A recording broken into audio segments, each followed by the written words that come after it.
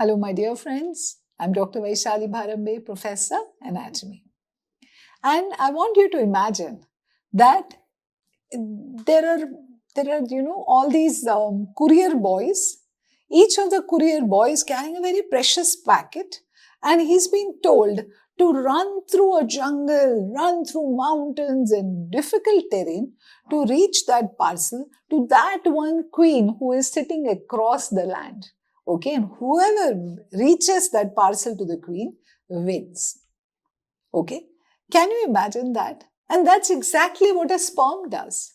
The sperm's journey is an epic adventure. Okay, it's released into the vagina. The whole terrain is so difficult. Go through the vagina, through the cervix, through a very odd looking uterus, which is, having so many other competitors around. There is push, there is struggle, and finally to find that fallopian tube through which it's going to come to the oocyte, it's quite a journey. And for such a journey, only the fittest will win. The weak, the sperms, the lazy sperms, they're going to fall back, and only the most determined sperm reaches the oocyte. For that determination, that sperm must have the most perfect structure. Let's learn about that structure today. Today's topic is structure of sperm. Come. So, sperm is about 50 to 60 micrometers in length, just 3 micrometers in width, divided into a head, a neck, and a tail. Simple. The head, I'm going to just describe, this is a very simple lecture. The head of the sperm.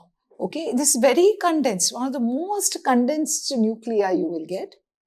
It has haploid content, 23 chromosomes. That can be 22 plus X or 22 plus Y. And that's the nucleus. Covering the upper 2/3 of the nucleus is an acrosomal cap, which is, as you know, formed from the Golgi apparatus. That's the acrosomal cap. Now, I want you to understand the contents of acrosomal cap. It contains all these enzymes: hyaluronidase, acrosin, acid phosphatase, protease, esterase, neuraminidase. Mnemonic is better. You can't possibly remember this. Happen. I think the mnemonic makes sense. Yes? Yeah. So use that mnemonic happen to make your memorization of the enzymes in acrosomal cap happen. Okay? Come. The neck. The neck of the sperm contains proximal centriole and a distal centriole. The distal centriole acts as a basal body, giving rise to the axonemes or the microtubules, which will finally go into the formation of the tail. It's called as an axoneme. I'll talk about it. The tail is that motile part of the sperm, which is divided into a middle piece, a principal piece, and an end piece. Now we'll be studying these three. Okay?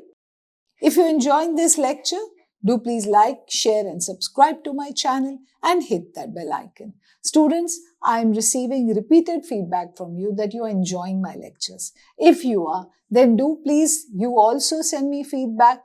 Okay? Hit that like button. Comment on what more you want from VB Anatomy, because VB Anatomy is there to make sure that medical students receive optimum education in the most easy and simple manner. So, also visit my website vbanatomy.com, where you will get a lot more of these lectures, a lot of downloadable notes, MCQs, and so on. Right. So now let's study that tail. This is the middle piece. If I take a section through the middle piece, what do I get?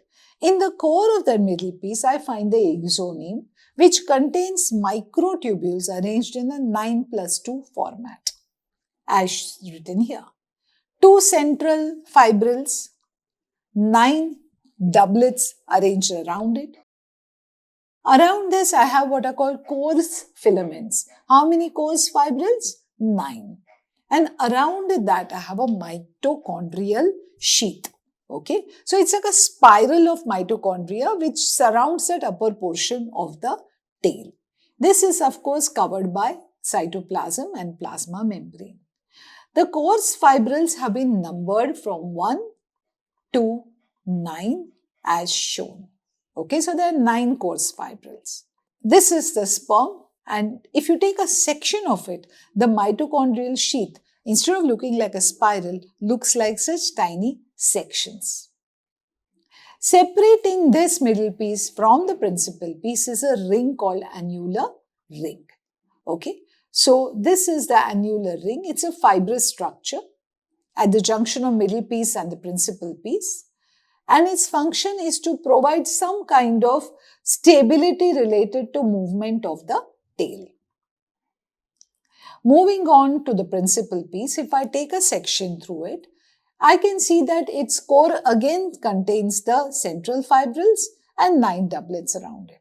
The difference lies in the fact that there are only 7 coarse fibrils. The 3rd and the 8th have disappeared. There are only 7 coarse fibrils. These are the ones that have disappeared. Okay. And instead of the mitochondrial sheath, there is a fibrous sheath. Mitochondrial sheath is over. Now there's a thick fibrous sheath that kind of gives structure to that sperm tail. So let's differentiate the 3 parts of the tail: middle piece, principal piece, end piece. Central microtubules present in first and the second, not present in the end piece. Peripheral doublets present in all 3. Coarse fibrils, 9 in middle piece, 7 in principal piece, not present in end piece at all. Mitochondrial sheath, middle piece. Fibrous sheath, principal piece. Absent in both absent in end piece. Clear? Please take a screenshot of this. It's easy enough for you to remember once you look at it a couple of times. So the middle piece is having a mitochondrial sheath. Principal piece is having it's the longest part of the tail and has a fibrous sheath. End piece is just axonium. If you're enjoying this lecture, do please like, share and subscribe to my channel and hit that bell icon. Please share your doubts. I'll be more than happy to clarify them. And visit my website vbanatomy.com for more videos and downloadable notes. Please come and solve MCQs and test your knowledge. Applied aspects of structure of sperm. This is very important. Pay attention. That you are seeing a section of the sperm here, tail. You are seeing the doublets in the periphery, central fibrils. They're all connected to each other by something called dynein arms. The dynein arms are responsible for moving these microtubules in such a way that there is movement of the sperm. Now, what happens in some diseases? The dynein arms are only defective. If the dynein arm is defective, even if you have the normal structure, the tail is not going to move. And that's called as primary ciliary dyskinesia. Okay, cartilaginous syndrome. The outer dense coarse fibers, sometimes mechanical stiffness, and they normally provide mechanical stiffness and elastic recoil to the tail.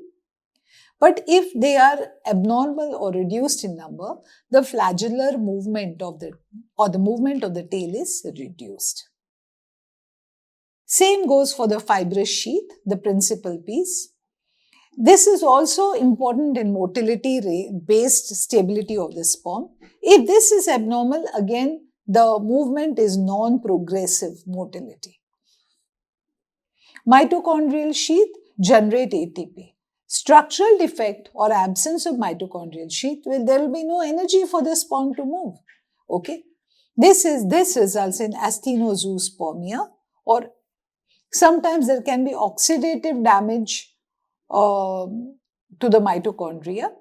This is especially seen in chronic smokers and those with other metabolic disorders. So, what is the one important clinical takeaway for us? The important clinical takeaway is normal sperm count does not mean fertility. You can say, but the sperm count is normal. No, that is not what is equal to fertility. Structure and ultrastructure of the sperm also must be normal. Then only there can be fertility. So don't just investigate the number of sperms. Also investigate the structure of sperms. There are separate lectures released on spermatogenesis as well as how to draw and label a sperm. Please watch those as well. Link is in the description section. A very commonly asked question is describe the structure of sperm. Write a note on its applied anatomy. This lecture addressed this question. So thank you, students. I hope you enjoyed the structure of sperm, and I'll see you in the lecture on spermatogenesis. Bye.